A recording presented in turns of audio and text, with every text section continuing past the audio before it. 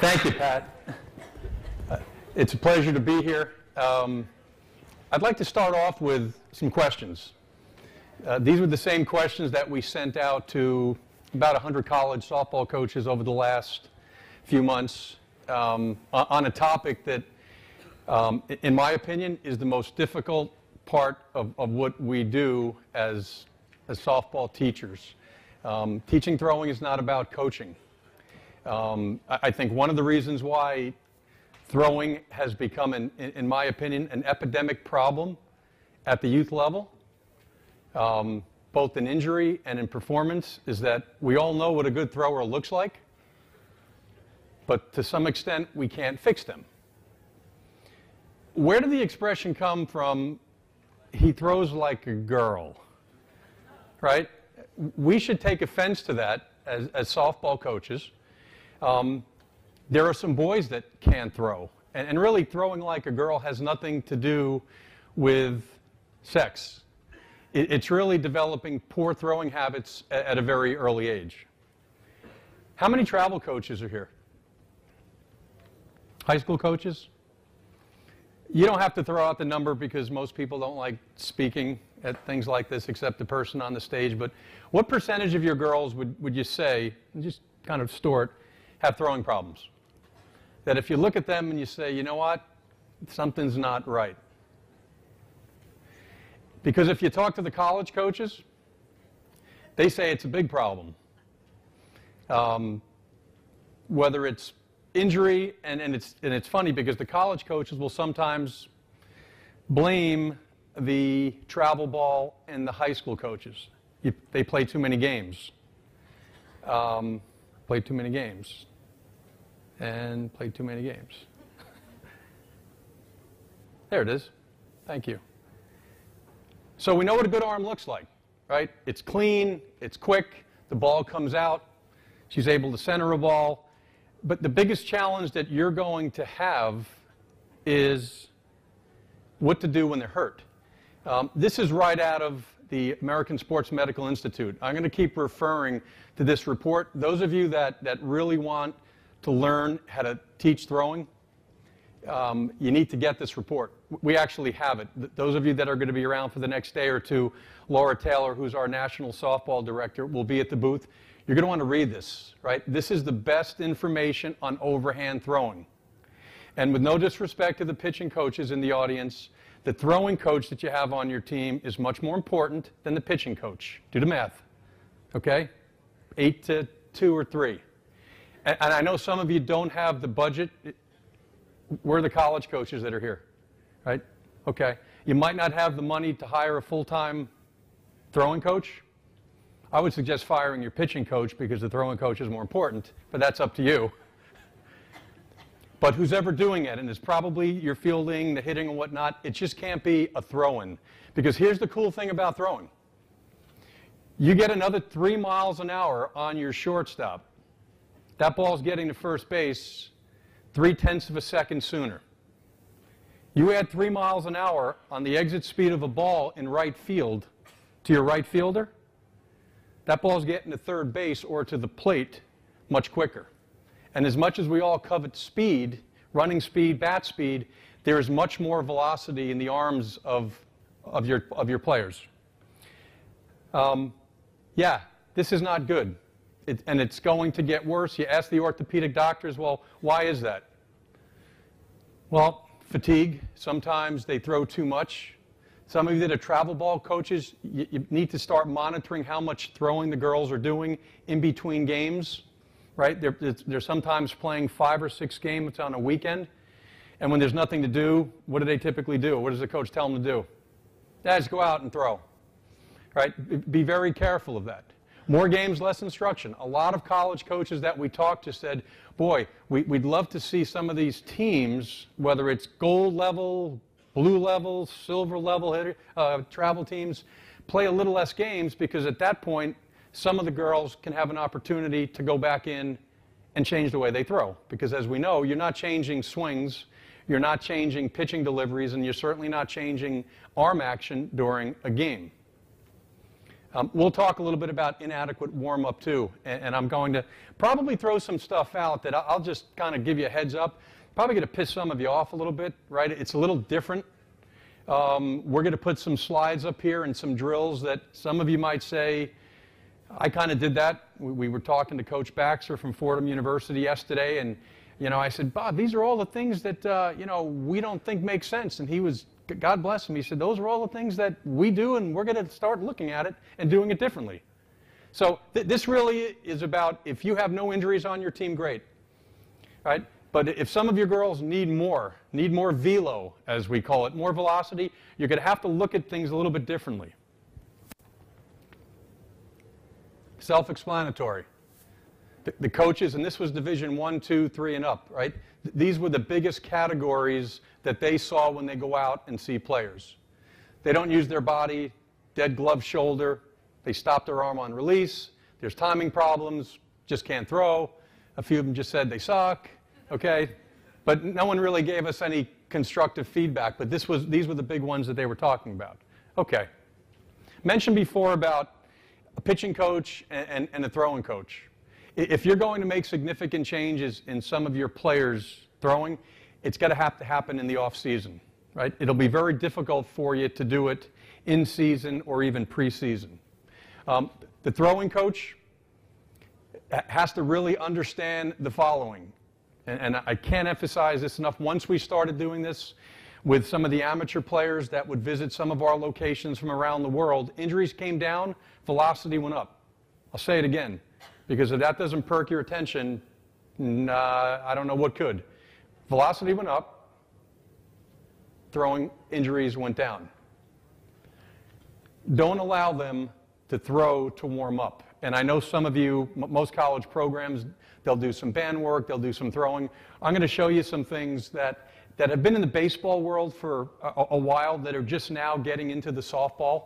And it's just a different way of really getting the elbow and the shoulder not only ready to fire, but to simulate what actually happens in the throw. Okay. One of the rules at our training centers, we don't allow any of our instructors to use the word mechanics anymore, right? Cars need mechanics, athletes need movement. And one of the things that we've seen is that all this video, right, video analysis, who here has some kind of video system that they use for their teams? Video is great, but be very careful watching video and then teaching in these segregated, isolated parts. I'm telling you, it's killing some of our swings, it's killing the throwing, and it's not the best way to teach movement, right? So when we talk about throwing, you're not going to see, right, segregated parts of this, all right? So what do we do, right? Same thing that we did in hitting 4 years ago when we said, you know what, we really want to get good information, so let's go out and get some of the best hitters in the world, right, and study what they're doing, because in this business it's all about copying. Good programs, copy what they're doing. So at some point, right, Jessica Mendoza, who is our softball hitting model, Manny Ramirez, right, before steroids, was with us. We wanted to find out what made him click. Why was pitch recognition so much easier for him? So who would we use for throwing? Anybody have any thoughts? Who would we use for throwing? Ichiro? Anybody else? Anybody know who that guy is? 14 years, no injuries, less than 200 pounds, throws one pitch and gets the best hitters in the world out. That's Mariano Rivera. He's not a pitcher. He likes to call himself, I just throw, right? And if you watch his delivery, and this is not a discussion on deliveries, but if you watch the arm, right, those of you that want to be unbelievable throwing coaches, right, let's see what some of the best throwers in the world will do. Now, some of you will say, well, right, the baseball is different from the softball.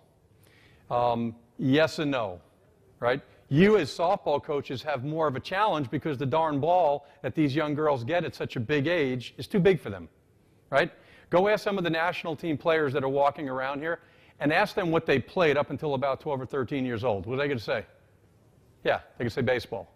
right? That either their dads were very smart. Natasha Watley shared a story, and even Jessica this morning, right? That somehow at a very early age, right, this was kept away from them because they were able to control the ball and make it much easier for them to stay on top. The problem, once we give even the 11-inch softball to those young hands, what typically has to happen? There it is. There's the depressed elbow that sometimes they never recover from. First good piece of advice, go buy some baseballs, right? We use tennis balls, right? At some point, the very multi-talented Laura Taylor will be up here, and we're going to give you some drills that will quicken up the elbow, okay? And you're going to see us use tennis balls and baseballs. And then we're going to show you one of Mariano's favorite things to do, and that's throwing weighted balls. Weighted baseballs with 13, 14, and 19-year-old girls. We like that. And you see in the softball industry, you see the weighted softball for pitching. Who here is using a weighted baseball to clean up some of the arm action of your position players? We'd like to share how we think that can possibly help. Fast elbows, just so we understand, Coach Perez talked about language. We have our own language when we're talking to instructors and when we go out and consult with colleges. Fast elbows means that once you break, put my glove on at this point, once you break, do not stop, do not pause, go, go, go, go, go. Rag loose forearms. And these were quotes when we this is almost 10 years now that Rivera has been our throwing poster man. Can't call him a boy, right? He just kept talking about, hey, you want to get this thing to go faster, get the throwers to understand that if the forearm stays loose, they're going to be able to really fire their thumbs out quick. And if their thumbs come out clean, and as we call it, if their thumb flicks are out, they've got a better chance of getting up and over the ball. So, turn and turn. Next one. How do we get throwing to be, one of the coaches talked about, it just doesn't look natural. Throwing is a rotational move. If you look at hitting, and I know we can get into debates about linear versus rotational hitting, but you've got to understand that there's two major parts that your players have to turn, okay? It's going to be the shoulders, and it's going to be the hips. Those of you that are going to take us up on the offer to get that report from Dr. Andrews from the American Sports Medical Institute, remember this formula. Hip rotation velocity equals fastball speed. I'm going to say it again. Hip rotation velocity, the more that you can get your shortstop or third baseman to take this back hip, and just prior to releasing the ball, she's firing it as fast as she can, rotating it, she's going to throw the ball harder. The other component of the turn is the shoulders. In our language, we talk about closing the door and then opening the door. When you're watching your young throwers, and I define young under 40, okay? You better make sure, right, that when they're getting ready to present the ball, right, this is the front door that's getting closed, and when they're done, this back shoulder has to go where the front shoulder started. Turn and turn. Those two pieces are crucial for more velocity and healthier arms. Reach and shake. Some of you girls that are coming down with soreness, bicep tendonitis, right, by the 5th game in the tournament, they're starting to complain a little bit. Watch to see what their arm is doing when they're decelerating. By that I mean the following. They're coming in, are they pinning their arm up against their hip, or are they reaching and shaking the arm out, right? Here's a reach, and here's a shake out. Make sure that arm gets released, not pinned. And you'll see that many times, or the young shortstops will come in, they'll throw. We call that the smile finish. And at some point, you keep doing that over and over again, you're going to start the beginning of some labrum tears or the beginning of the elbows. Reach and shake, which means if you're going to be the throwing coach, right, you can't have the luxury of having this ball come out and you're going to watch where the ball is, right? You're going to have to be disciplined enough to do what? You're going to have to watch your player, right? You can't be a fan. You can't do like other coaches can do and be so concerned about the ball. When this ball comes out, right, watch, because you're going to see all the other parts of the throw that if you're able to help will be better. But if you watch the ball come out, it's going to be a problem. Same way good hitting coaches, right? They're going to discipline their eyes not to watch the ball exit out. They're going to watch to see what the body has done. Don't mess with real-time movement patterns. Teach the whole movement, not the parts. Again, we're back to, we don't like to use the word mechanics, right? The swing is a sequence of parts. Throwing is the same thing. So if you look at the throw as one continuum, it might help some of your throwers. This is the American Sports Medical Institute report. It's just filled. Those of you that like crazy numbers, God bless you, right? But the one number that we highlighted for this afternoon, right? What is the maximum speed of straightening out your arm? 2,591 degrees per second, right? Your real good-looking softball shortstop, right, is moving that elbow at 2591 degrees a second. And I throw that out there, that if that's really what's happening, be very careful in how you're preparing them and even some of the drills that you're going on with. The ASMI report that I made reference to, there's 37 different measurements. And yes, we're saying, well, that's baseball. How does that matter? Unfortunately, there's no clinical studies of this magnitude on softball only, right? This is pure overhand throwing. The information that you'll find here, right, you'll be able to use and bring into softball, trust me. Right? Once we saw this and started bringing it over, it made sense for us. What the research says, if you don't want to go through all of the reports, you can't throw if you don't turn. Timing. At some point, if you're watching video or if your eyes are very good, you better make sure that every time that your players are throwing, when this foot lands, your stride leg, right, this arm has to be up and the elbow has to be above the shoulder. Otherwise, they're going to be late. Elbow flexion equals more arm speed, right? That's the elbow of a 12-year-old. At some point, by 17 or 18, if they're healthy, they should be able to take that forearm and go back almost 180 degrees. You should be able to flatline that throwing arm of all your players, okay? Because the more that they can go back, guess what? There's the boomerang, there's the whip, right? There's that good arm that we all look for sometimes. So it could be a conditioning issue. Right? The more that they can bring that elbow back, the more arm speed that they'll have. Okay, here's the fun part. Laura wanted me to do this. These are the biggest problems that we see. Okay, here we go. Here's the German Shepherd on the fire hydrant. You ready for this one? I'm getting ready to throw this thing, and all of a sudden, my leg comes off the ground. Get it? Okay. The salmon throws, right? Getting ready to throw, and the first move of that young player, she decides to swim upstream, and the glove goes this way. All of a sudden, we have all kinds of shoulder alignment problems. As we go through this, try to visualize some of the girls on your team, right? And maybe there's one. How about the waitress? The one that wants to come out, and her first move is, here we go, pepperoni or salami. It's coming out this way. The iPods. This is a classic one, right? How about the iPod throwers? Here we go. And let me listen to the ball, right? They put the ball straight into their ear. Right? The elbow goes down, and they're way too close to generate any type of whip. The iron mics. Stop telling the young girls that are playing this great game to throw overhand. Right? This is not overhand. Right? Iron mics throw this way. Overhand is any time that the elbow is above the shoulder. This is overhand. So is that, so is that, so is that.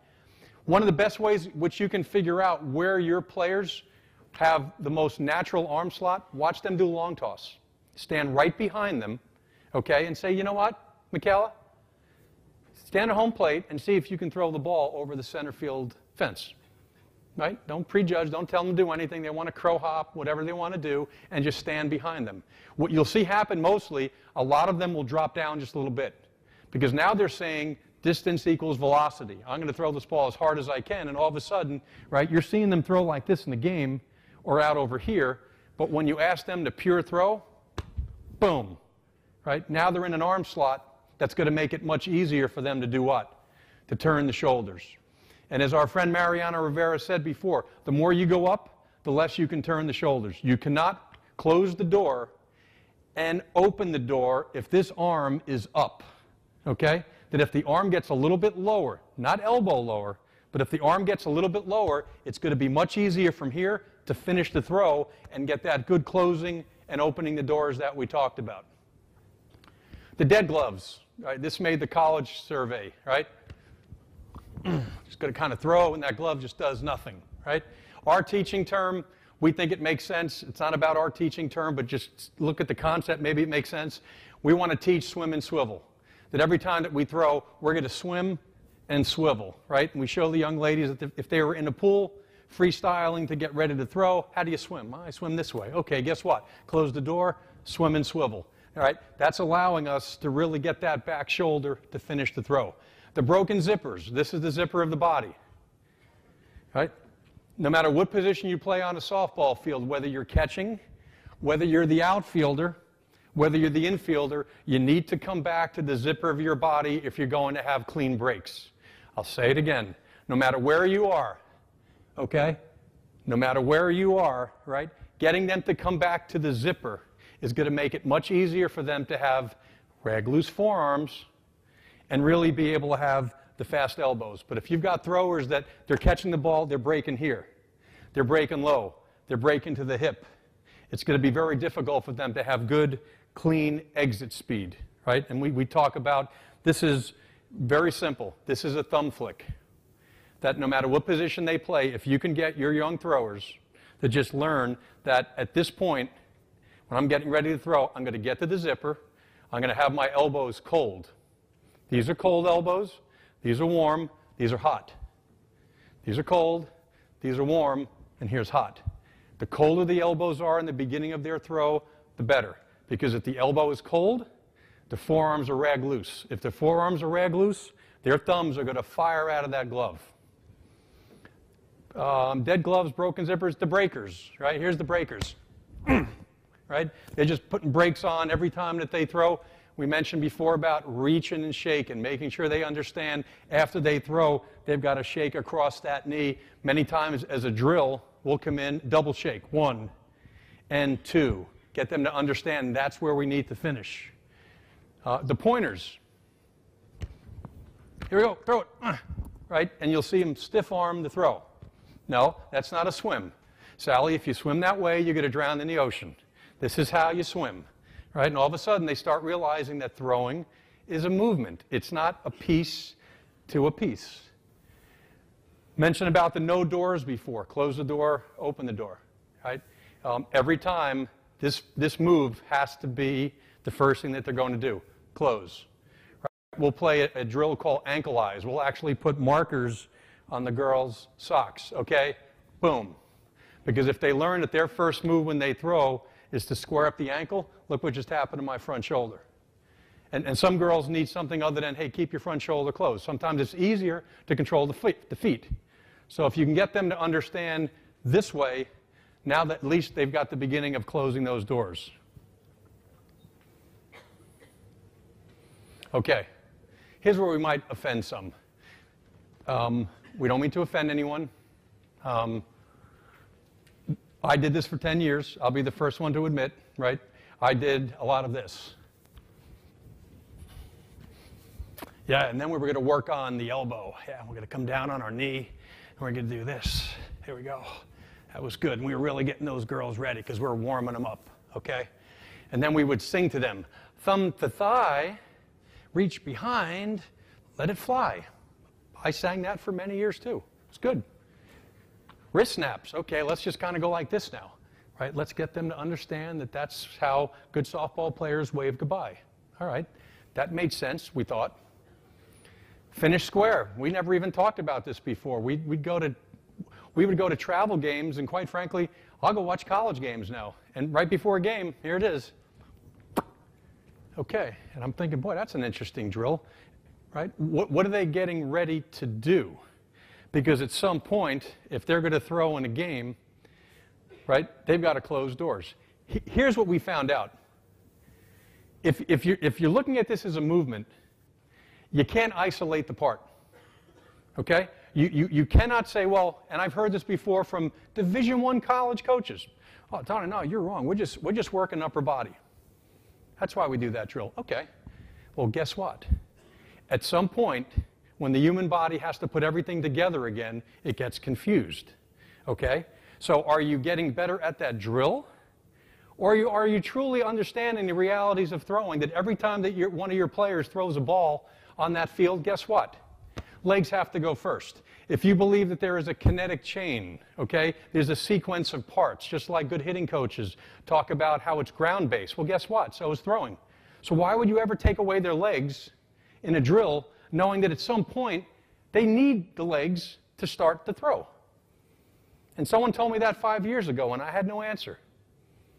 I said, you know what? We need to stop doing that. We need to stop creating these isolated, segregated drills that kind of made sense, but when you looked at it, that it wasn't about the mechanics of throwing, it was one move, stand them up. And let the entire body do the throw at some point. Doesn't mean that you're not doing drills anymore, and if you're going to do those drills, okay, but don't complain that your team has below average arm strength and some of your girls at times are getting sore.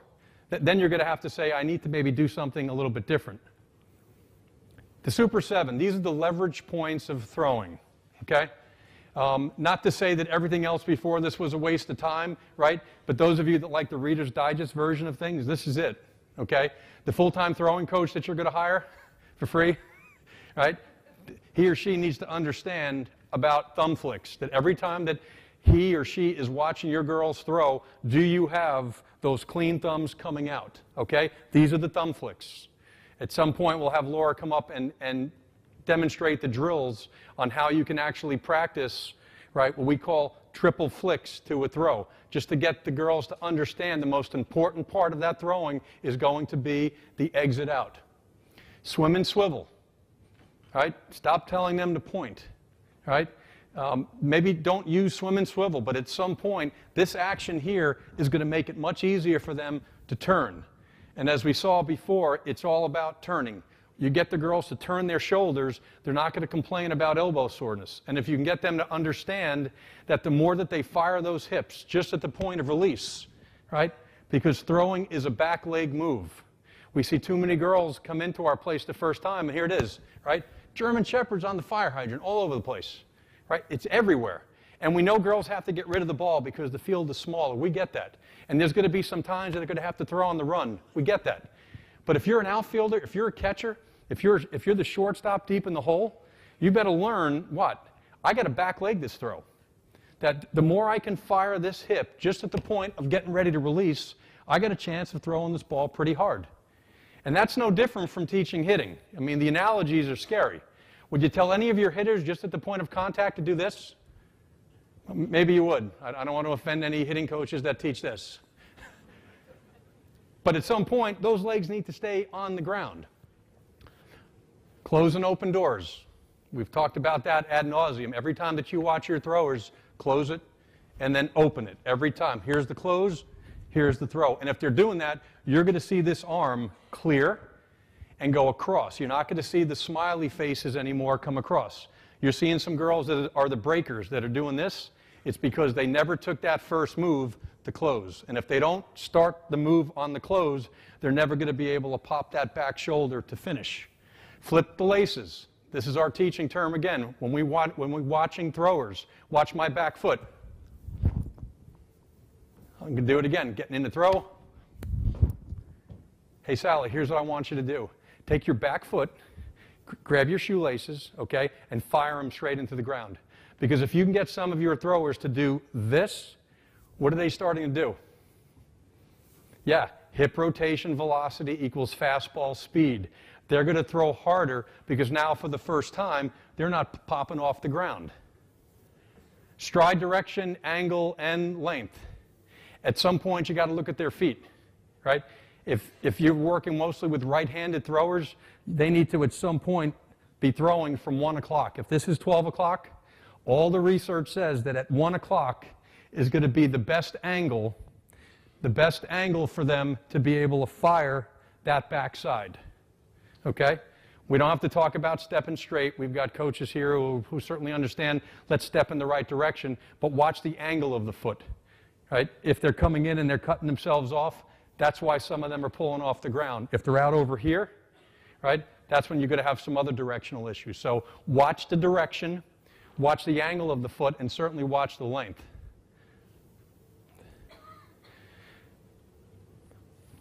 Look at the elbow as the critical part of the throw. Are they hot? Are they warm? Are they cold? Right? These are cold. right? Those of you that have seen Mariano Rivera throw, I know we're on the other side of the coast, and he's more of a New York guy, but you watch all the players that throw hard, boys and girls, they start here, okay?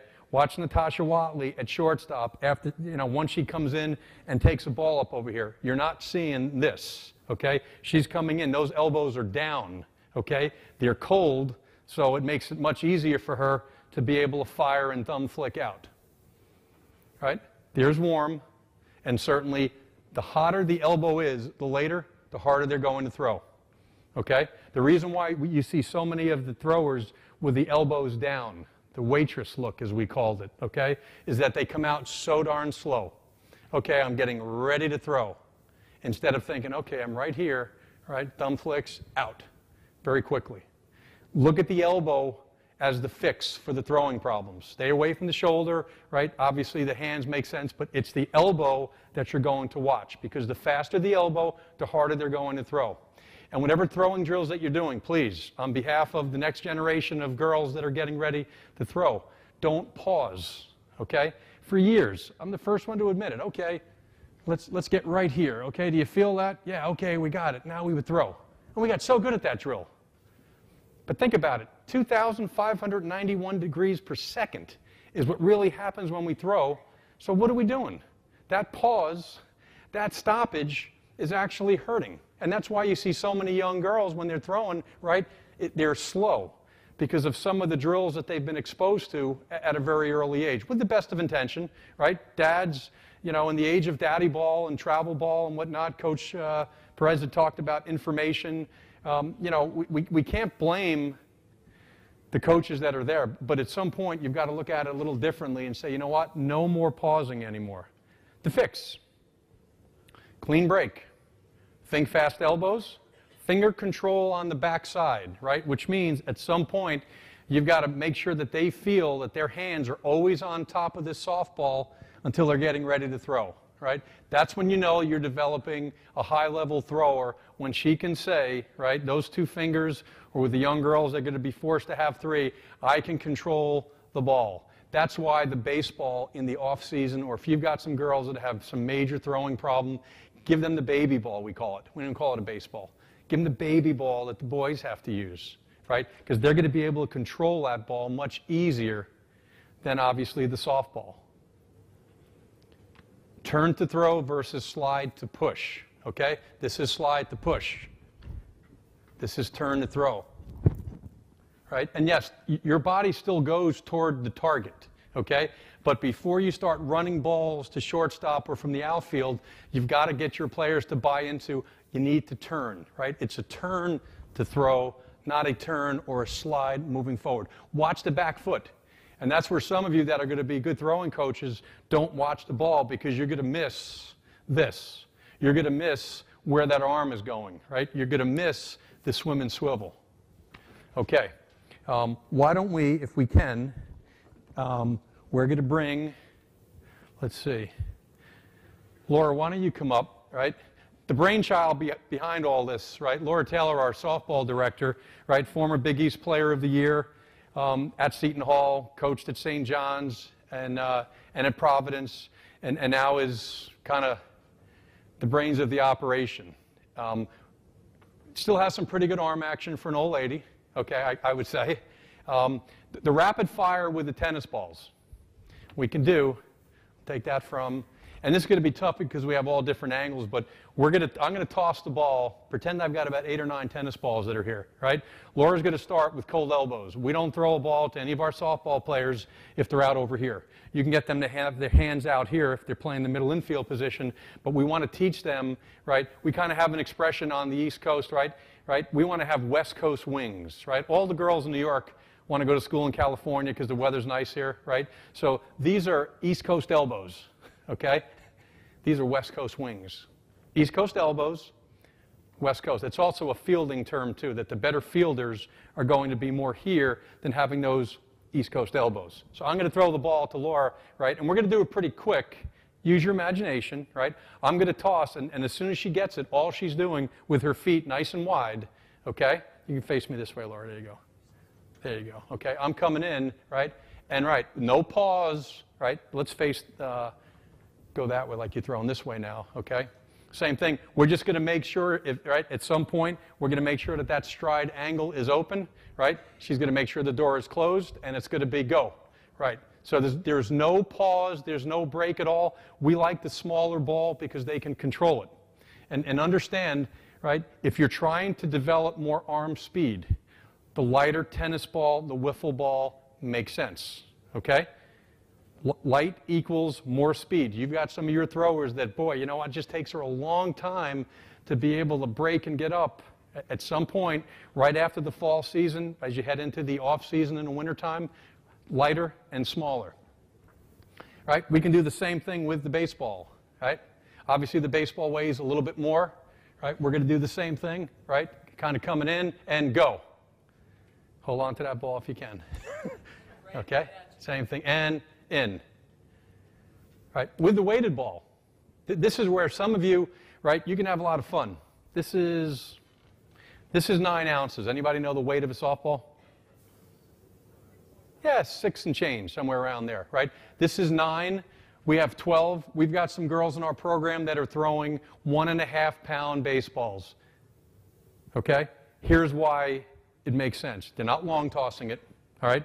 They're throwing it into a net after adequate warm-up. The nice thing about throwing a weighted baseball, A, they can control it, and if they're slow, if they're long, if they're spiking it on the back, if they're really late in getting the throw, they're getting immediate awareness, right? Their body is telling them, you know what, on this next one, I've got to be a little bit quicker. I need to be on time to get my hand up to here, okay? That's why the weighted ball, for a lot of your throwers, is the best self-teach, right? Because they're going to say, you know what, no, that ball, I couldn't even get that ball to go straight.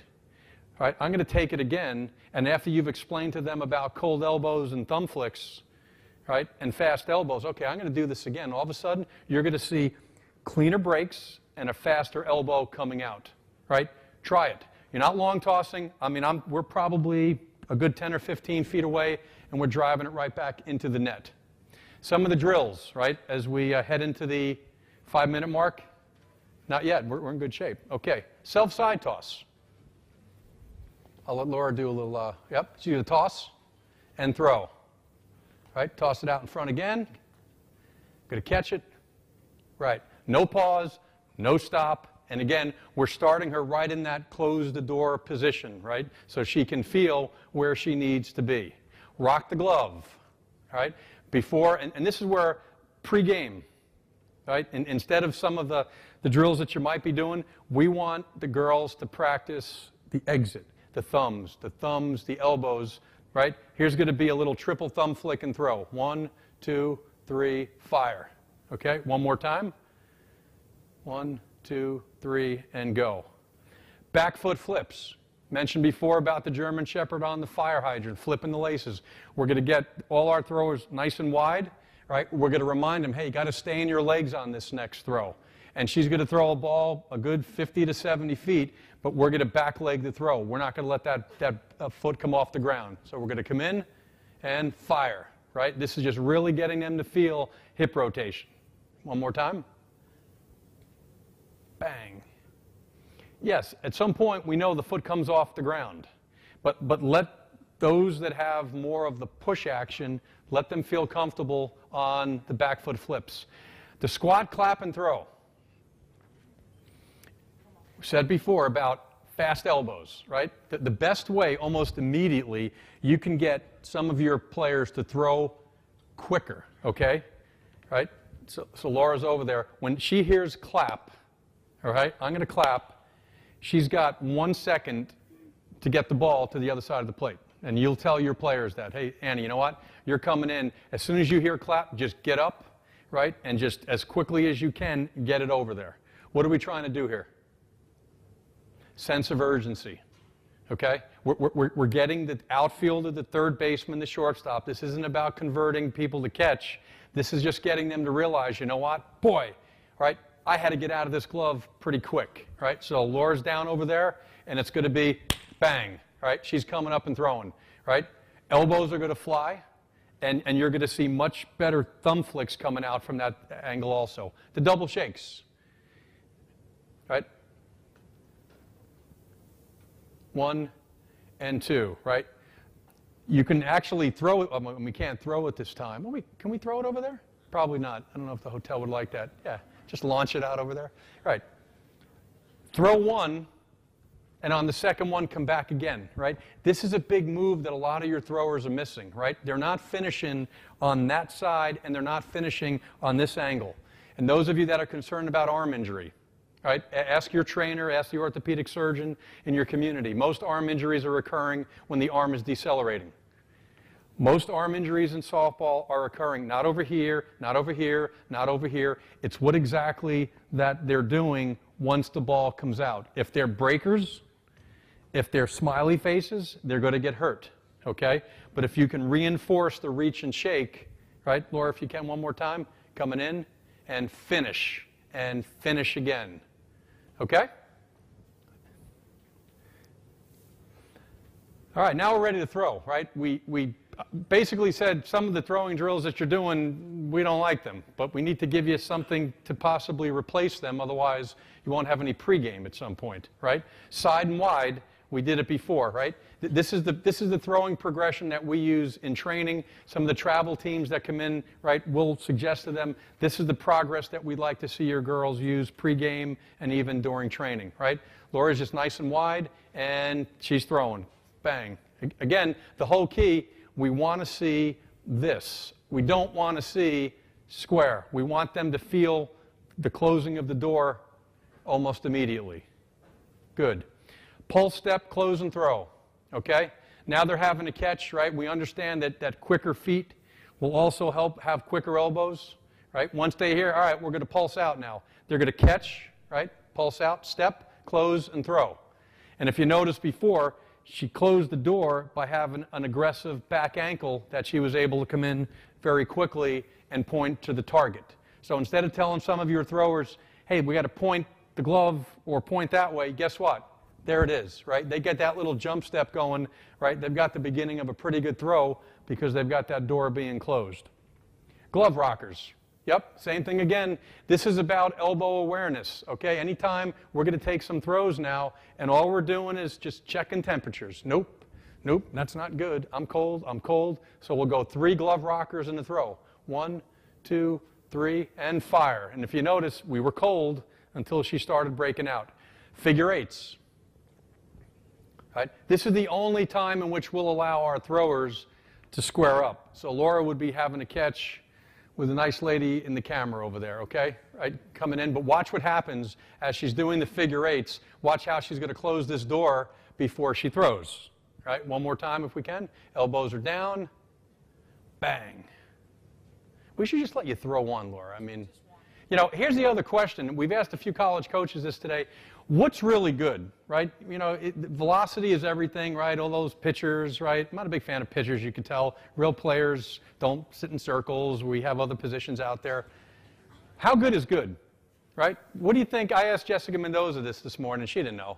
She's like, you know, well, what if it's... I just need an answer. And no one knew. What is a good Division I shortstop if somebody took a radar gun out and went beep? What do you got? Do we have any former Division I players here, Division I coaches here? Who's it? 65? What's that? 65 is pretty good, right? Use the radar gun with your throwers, okay? Players love feedback, okay? The same way pitching coaches and the pitchers are enamored with the radar gun for their fastball and separation of speed on their changeup, bring the radar gun out so for the first time, some of your players are closing and opening doors or flipping laces, and you know what? They don't have to believe you. Wow, 58. There's 62. Or you decide to start using some tennis balls to build arm speed, and then you put the big softball back in there again, and she jumps up 2 or 3 miles an hour. Feedback is crucial, right? Use that for the position players also. The neighborhood catch and throw. What happened to the days in which you just told children to go in the backyard and just go have a catch? Those days are over, right? Everything's supervised. It's play dates. Those of you that have children, you'll know what a play date is, right? When we were growing up, you just go out and play until your mother or father said, hey, let's go, Anthony, the spaghetti's ready. Now everything has to be structured in a play date, right? But the neighborhood catch and throw, Laura and I are kind of standing there, and guess what? I'm just throwing it all over the place, and she's going to have to run, kind of catch it, and go from there. And we suggest doing this pre-game, because come game time, guess what? Your players are going to have to move. They're not going to be standing in these stupid throwing lines, okay, getting ready to go. So the neighborhood catch and throw, right, you're going to have to spread them out just a little bit, right, and let them have a catch. Let them throw, right, and move them back and forth and just see how quickly, if they want to jump step, if they want to crow hop, if they want to pop their feet, whatever footwork you've been telling them to do, but let them move, because at some point, right, them being able to move very quickly in the game is going to be crucial. Okay, I think we're good, Laura. How about a round of applause for Laura Taylor, by the way? Okay. Who will use the bands, the surgical tubing, right? Who here has been using the bands, right? Good stuff, right? My only suggestion with the bands, and we'll do the bands first, we were introduced to this concept 2 years ago, okay? Crossover, right? I'm not endorsing this product. Go out and just use the bands that you have, right? But at some point, Coach, can you help me out a little bit? Yeah. Can you just be like a fence? Yeah. I can do that. Yeah, right? We're going to come in, and here's what we found out for years, right? We were doing the Job stuff. Boom, boom, boom, boom, boom, boom. It was good, you know, wasn't hurting anybody. And all of a sudden they said, hey, you know what? You cross over these things, and you change. Sometimes you're going low. Sometimes you're going eye level, right? You're going to get a better workout because you're now balancing the scapular muscles, the shoulders. And if you're really good, every move that you do, once you come out, you get a pulse. Okay? So when we do flies off this crossover band, we're going to come here, right? And very quickly, we're going to move real quick. Why do you think that pulse at the end is helpful? 2,591 degrees per second. That's what the elbow is getting used to when it throws. So anytime that we can simulate the band work with the throw, we're going to be in better shape, right? We're coming this way on the row, right? This way, pull, pull, pull, pull, right? And same thing, if you want to do, right, this, or you want to come this way, go across. Greater range of motion, and at the same time, you're getting this part of the body and that side of the body strengthened at the same time. Thanks, Coach. Okay? If you don't have bands, right, you're in the middle of a game, those of you that are playing travel ball, right, take the glove off all your players, right? We call this love the glove, right? The glove is always a little bit, well, it's actually heavier than the softball itself. And in a minute and a half, before we allow the girls to go into the ball bucket and throw, okay, they will go through every possible move that the shoulder will have in the game. They'll go up, they'll go down, they'll go to the side, they'll go backwards, okay? We're going to sweep the floor. We're going to elephant trunk back and forth. We're going to come in 5, out 5 for external rotation. We're going to pretend we're a pitcher for 5, and then we're going to finish up with 5 this way as fast as we can. Once they're done loving the glove, boom, ready to go. And if I did that too fast, right, we'll do it slower at some point in the next day or two, right? But in 90 seconds, right, we're hitting here, we're hitting here, and once we get them nice and wide, we're getting the scaps nice and loose to get ready to throw. Spend more time warming them up to throw. You don't throw to warm up. You warm up to throw. And if you're going to use the bands, right, crossover symmetry, if you don't have any bands, but use the bands that you have, cross them, change the height, and after each move, pulse. Okay? Remember the body blade? That was the big craze for a while. It's actually still out there. That big blade that you kind of come in and you'd oscillate back and forth. It's the same premise. Okay? It's a $300 piece of equipment, though. Your girls probably can't afford that. But each of them can afford a piece of tubing, right? And now once you explain to them why the crossover concept makes sense, or do the research like we did, and the pulse at the end, they're going to stay healthy, and hopefully they're going to throw a little bit harder, too. Let's see what we got here. End game. This, by far, is the most difficult thing to teach. That's why most people run away from it. That's why college coaches, with no disrespect to some of the college coaches here, right? You know what? If she can't throw by the time she gets to me, I don't want her. Well, you know what, Coach? Fix her, right? That would be my answer. Or better yet, everybody on your team's not throwing 65, 68 miles an hour. Get your second baseman and left fielder to be better throwers. You're going to have a better team. And those of you that are coaching high school or travel ball, what's the first skill that all the college coaches look at when they're getting a chance to watch the girls? They're going to throw. And you hear college coaches all the time, if she can't throw, we're not even sticking around for batting practice, right? This is the first thing that they see, okay? Spend more time, right, teaching them how to throw. Don't be scouts, right? You know, that list that we have about the breakers, the iPods, and this and that, that's great. You can internalize that, but guess what? As a coach, your ultimate challenge is to teach, right? It's about fixing. It's not about putting them into some category. And I'll say it again, don't shy away from it. Best thing that you can do many times, get the glove away, right? Take the big softball out of their hand if you think they're having a problem with control. Start looking at elbows a little bit differently now. There's only 3 different ways in which the elbows can move, right? That'll make it a little bit easier. And as you're watching your throwers, don't be a fan and watch that ball coming out. Let's change throw like a girl. How about like in 3 years from now, 5 years from now, right? Girls throw better than those snotty little boys. That would be kind of a neat thing to do. And I think you talk about at an early age. It's harder for us. We have some college girls that are in with us now that we're retraining. We're doing what's called reconstructive surgery on their throwing. Because if they don't get to 62, 65, they're not going to have a chance maybe to transfer, or they're looking maybe to be on a national team. But really, when's the best time to start teaching throwing? Yeah, guess what? There's little Alex Fogg on the left and a little 12-year-old girl named Michaela Abatini on the right, okay? Earlier, the better, okay? And at that age, I mean, half the time, they've got to be 3 or 4 finger. Give them the baby ball, okay? Let them control the baby ball before you give them the opportunity to develop some tough habits with a bigger one. On that note, I want to thank everyone and happy throwing.